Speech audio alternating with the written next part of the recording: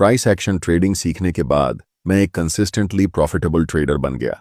और इसीलिए इस वीडियो में मैं आपको एक ऐसा 3 चरणीय प्रक्रिया बताने वाला हूं जिससे प्राइस एक्शन ट्रेडिंग, जो शुरू में बहुत मुश्किल और कॉम्प्लिकेटेड लगती है, उतनी ही आसान बन जाएगी जितना लूडो खेलना।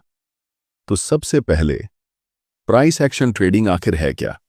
ये एक ऐसी ट्रेडिंग स्ट्रेटजी है जिसमें हम किसी भी इंडिकेटर का इस्तेमाल नहीं करते, बल्कि सिर्फ प्राइस मूवमेंट को एनालाइज करके ट्रेड करते हैं। इसका मतलब है कि हम मार्केट में प्रॉफिटेबल ट्रेड सेटअप्स को ढूंढने के लिए सपोर्ट और resistance, candlestick patterns, trend lines, supply और डिमांड जोन्स, चार्ट पैटर्न्स जैसी चीजों का इस्तेमाल करते हैं। इन सभी टूल्स का सही कॉम्बिनेशन हमें यह समझने में मदद करता है कि कहां पर बाय करना है और कहां पर सेल। सबसे पहला स्टेप है ट्रेंड और मार्केट स्ट्रक्चर को आइडेंटिफाई करना। उदाहरण के लिए, अगर हम AUD/USD चार्ट को देखें तो यहां प्राइस लगातार लोअर हाइज और लोअर लोज बना रहा है, जो ये दिखाता है कि मार्केट डाउन ट्रेंड में है। जब मार्केट डाउन ट्रेंड में होता है तो हमें सिर्फ सेल की अपॉर्चुनिटीज को ढूंढना चाहिए, क्योंकि हमेशा ट्रेंड के साथ ट्रेड करना ही सबसे सेफ और प्रॉफिटेबल तरीका होता है।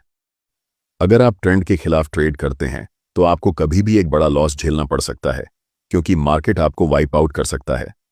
ट्रेंड को आइडेंटिफाई करने के बाद हमें मार्केट स्ट्रक्चर को भी समझना जरूरी होता है। स्ट्रक्चर का मतलब होता है कि मार्केट किस तरीके से मूव कर रहा है, कहां पर बायर्स और सेलर्स एक्टिव हैं और कहां पर प्राइस रिएक्शन दे सकता है। यही स्ट्रक्चर हमें सही एंट्री और एग्जिट पॉइंट्स ढूंढने में मदद करता है। अब हम यहां एक की लेवल ड्रॉ कर सकते हैं, क्योंकि ये इस डाउन ट्रेंड का प्रीवियस लो है, और अगर हम चार्ट के लेफ्ट साइड को देखें तो ये एक स्ट्रॉन्ग सपोर्ट लेवल भी है। इस समय प्राइस ने इस छोटे सपोर्ट लेवल को तोड़ दिया है और वापस ऊपर आकर इस सपोर्ट लेवल को रीटेस्ट कर रहा है। यही हमें अपने अगले स्टेप तक ले जाता है। अब दूसरा स्टेप है प्रिपेयर और प्रेडिक्ट करना। इस समय हम देख सकते हैं कि प्राइस इस की सपोर्ट लेवल को रीटेस्ट कर रहा है, लेकिन अभी हम यहां एंट्री नहीं ले सकते, क्योंकि हमें यह नहीं पता कि प्राइस यहां से बाय की तरफ जाएगा या सेल की तरफ। इस स्थिति में प्राइस दो चीजें कर सकता है, या तो यह रीटेस्ट के बाद वापस नीचे गिरना शुरू कर देगा, या फिर यह रिवर्स होकर ऊपर जाना शुरू कर देगा। लेकिन इस केस में ज्यादा हाई प्रोबेबिलिटी किसकी है? जाहिर सी बात है कि प्राइस रीटेस्ट करने के बाद वापस नीचे जाएगा, क्योंकि मार्केट पहले से ही एक स्ट्रॉन्ग डाउन ट्रेंड में है। लेकिन इसका मतलब यह नहीं कि हमें तुरंत सेल करना चाहिए। हमें इंतजार करना होगा किसी स्ट्रॉन्ग कॉन्फर्मेशन का, जो हमें यह बताए कि प्राइस अब रिवर्स होकर वापस नीचे गिरने वाला है और यह डाउन ट्रेंड कंटिन्यू होगा। यह कॉन्फर्मेशन किसी कैंडलस्टिक पैटर्न या चार्ट पैटर्न के रूप में मिल सकता है। इस समय हमें कोई ऐसा क्लियर साइन नहीं मिला है, इसलिए हमें वेट करना होगा। यही वजह है कि इस स्टेज को प्रिपेयर और प्रिडिक्ट कहा जाता है, क्योंकि यहां हम सिर्फ एक बड़े मूव की तैयारी कर रहे होते हैं। अब हम देख सकते हैं कि प्राइस इस की लेवल को ऑफिशियली रीटेस्ट कर चुका है और इस लेवल पर एक डोजी कैंडलस्टिक बन चुकी है। जिन लोगों को डोजी के बारे में नहीं पता, उन्हें बता दूं कि डोजी एक ऐसा कैंडलस्टिक पैटर्न होता है जो मार्केट में इंडिसीजन दिखाता है, यानी मार्केट डिसाइड नहीं कर पा रहा कि अब प्राइस ऊपर जाएगा या नीचे। इस समय प्राइस एक छोटे से अप ट्रेंड यानी मिनी रिट्रेसमेंट में था, और जब हमें इस तरह की डोजी दिखती है तो इसका मतलब होता है कि मार्केट अब रिवर्स करने वाला है, यानी अब प्राइस फिर से नीचे गिरना शुरू करेगा और डाउन ट्रेंड कंटिन्यू होगा। तो जब भी आपको किसी की लेवल पर डोजी दिखाई देती है तो इसका मतलब होता है कि मार्केट अब रिवर्स होने वाला है और ट्रेंड चेंज होने वाला है। लेकिन फिर भी हम यहां तुरंत सेल नहीं करेंगे। मैं चाहता हूं कि मुझे कोई स्ट्रॉन्ग कॉन्फर्मेशन मिले, जैसे कि बेरिश इंगल्फिंग कैंडलस्टिक, यानी एक बड़ी रेड कैंडलस्टिक जो यह दिखाए कि प्राइस इस लेवल को रिजेक्ट कर रहा है और अब वापस नीचे गिरने वाला है। यही वह जगह होगी जहां हमें ट्रेड में एंट्री लेनी चाहिए। तो हम अभी भी वेट करेंगे, इंतजार करेंगे कि कोई स्ट्रॉन्ग सिग्नल मिले। और देखो, बूम! अब हमें एक बड़ी बेरिश इंगल्फिंग कैंडलस्टिक दिख रही है, एक बड़ी मोटी रेड कैंडलस्टिक जो एकदम क्लियर सिग्नल दे रही है कि यहां सेल करना चाहिए। इस की लेवल पर यह कैंडलस्टिक बनने का मतलब है कि प्राइस ने इस लेवल को रिजेक्ट कर दिया है, यानी सेलर्स मार्केट में एक्टिव हो गए हैं और सेलिंग प्रेशर बहुत ज्यादा है। लेकिन अभी हम 4 घंटे के समय फ्रेम पर हैं। अगर मुझे इस ट्रेड में एंट्री लेनी होगी तो मैं 1 घंटे के टाइम फ्रेम पर जाऊंगा। जब हम 1 घंटे के टाइम फ्रेम पर जाते हैं तो हमें दिखता है कि प्राइस ने इस लेवल को एक बार नहीं बल्कि 3 बार रिजेक्ट किया है। पहली बार यहां, दूसरी बार यहां और तीसरी बार यहां। तीसरी बार प्राइस इस लेवल को तोड़ नहीं पाया और ऊपर नहीं जा सका। इसका मतलब क्या हुआ? इसका मतलब यह हुआ कि अब प्राइस गिरने वाला है और इस डाउन ट्रेंड को कंटिन्यू करेगा।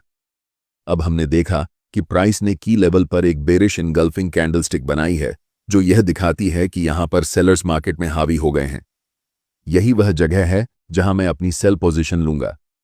यही हमारा तीसरा और आखिरी स्टेप है, ट्रेड में एंट्री लेना। इस समय हमें बिना किसी डाउट के एक्शन लेना है और कॉन्फिडेंट होकर ट्रेड में एंट्री करनी है। मैं यहां सेल पोजीशन लूंगा और अपना स्टॉप लॉस इस की लेवल के ऊपर रखूंगा। ऐसा क्यों? क्योंकि ट्रेडिंग में मार्केट स्ट्रक्चर को समझना बहुत जरूरी होता है। अगर प्राइस यहां से रिवर्स होकर ऊपर जाने लगे तो इसका मतलब है कि मार्केट अब नीचे नहीं गिरेगा बल्कि ऊपर की तरफ जाने वाला है। ऐसे में अगर स्टॉप लॉस सही जगह पर रखा गया हो तो आपका लॉस लिमिटेड रहेगा। अगर ट्रेड हमारे प्लान के अनुसार नहीं चला तो भी हम सिर्फ थोड़ा सा लॉस लेंगे, न कि पूरा अकाउंट उड़ा देंगे। लेकिन ध्यान रखना कि स्टॉप लॉस को बहुत ज्यादा टाइट मत रखना। अगर आप स्टॉप लॉस को बहुत पास रखोगे तो प्राइस एक बार फिर इस लेवल को रीटेस्ट करने के लिए थोड़ा ऊपर जा सकता है और आपको स्टॉप आउट कर देगा, फिर भले ही बाद में प्राइस नीचे गिर ही क्यों न जाए। इसलिए मैं हमेशा अपने स्टॉप लॉस को थोड़ा ब्रीदिंग रूम देता हूं। अगर हम लेफ्ट साइड को देखें तो प्राइस पहले भी इस लेवल तक गया था और फिर रिवर्स हुआ था। इसी वजह से मैं अपने स्टॉप लॉस को थोड़ा स्पेस दूंगा, ताकि अगर प्राइस फिर से इस लेवल को रीटेस्ट करना चाहे तो मुझे अननेसेसरी स्टॉप आउट ना होना पड़े। अब मैं अपना टेक प्रॉफिट सबसे रीसेंट लो पर रखूंगा। जहां प्राइस आखिरी बार रुका था वहीं पर टेक प्रॉफिट रखना सही होता है, तो मैं इसे इसी लेवल पर रखूंगा और अब देखते हैं कि यह ट्रेड कैसा परफॉर्म करता है।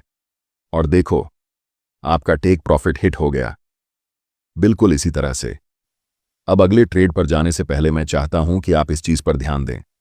यहां आप देख सकते हैं कि प्राइस ने एक बहुत लंबा विक बनाया है। इसका क्या मतलब है? इसका मतलब है कि किसी समय पर बायर्स मार्केट में आए और उन्होंने प्राइस को ऊपर धकेल दिया, लेकिन फिर सेलर्स ने वापसी की और प्राइस को नीचे गिरा दिया। अब सोचो, अगर आपने अपना स्टॉप लॉस बहुत ज्यादा टाइट रखा होता, यानी की लेवल से बस कुछ पिप्स ऊपर, तो क्या होता? आपका स्टॉप लॉस हिट हो जाता और आप ट्रेड से बाहर हो जाते, जबकि ट्रेड आपकी प्लान के हिसाब से सही दिशा में जाता। यही कारण है कि आपको हमेशा अपना स्टॉप लॉस सही तरीके से लगाना आना चाहिए। उसे हमेशा थोड़ा ब्रीथिंग रूम देना चाहिए ताकि आप अननेसेसरी स्टॉप आउट ना हो। अब एक और एग्जाम्पल देखो। इस समय प्राइस एक मेजर की लेवल पर है। मैंने इस लेवल को क्यों मार्क किया? अगर आप लेफ्ट की तरफ देखें तो इसी एरिया के आसपास प्राइस ने कई बार रिवर्स किया है।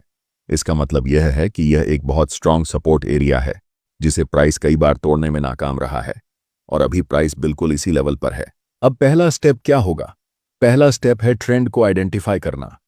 इस समय अगर आप देखो तो प्राइस लोअर हाइज और लोअर लोज बना रहा था।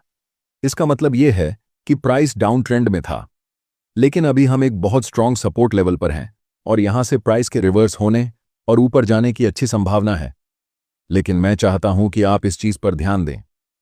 प्राइस लगातार लोअर हाइज और लोअर लोज बना रहा था, लेकिन अब सवाल यह है कि रीसेंट लोअर लो कहां है? रुको, यहां कोई लोअर लो बना ही नहीं। देखो, प्राइस ने इस एरिया पर रिवर्स किया और नीचे आकर एक नया हायर लो बनाया है। अगर प्राइस को डाउन ट्रेंड जारी रखना होता तो वह इस लेवल को तोड़ता, वापस ऊपर आता, इस एरिया को रीटेस्ट करता और फिर नीचे गिरकर नया लोअर लो बनाता। लेकिन ऐसा नहीं हुआ। इसके बजाय प्राइस ने इस एरिया पर रिवर्स किया और एक नया हायर लो बनाया। अब देखो, ये जो नया लो बना है ये पिछले लो से ऊंचा है। ये साफ दिखा रहा है कि मार्केट स्ट्रक्चर चेंज हो रहा है और अब अपट्रेंड शुरू हो सकता है। अभी जो हो रहा है ये पहला संकेत है कि शायद मार्केट एक डाउन ट्रेंड से अपट्रेंड में रिवर्स करने वाला है। इसका मतलब ये हो सकता है कि हमें अब बाइंग अपॉर्चुनिटी ढूंढनी चाहिए। अब हम अपने दूसरे स्टेप पर आते हैं, जो है प्रिपेयर और प्रिडिक्ट। यहां पर प्राइस ने एक नया हायर लो बनाया है, जो यह दर्शाता है कि मार्केट रिवर्स होने वाला है। अब दूसरा संकेत क्या है? यह है बुलिश इनगल्फिंग कैंडलस्टिक। इस कैंडलस्टिक को ध्यान से देखो। यह एक बड़ी और मजबूत ग्रीन कैंडलस्टिक है जो दिखा रही है कि मार्केट में बायर्स की ताकत काफी ज्यादा है।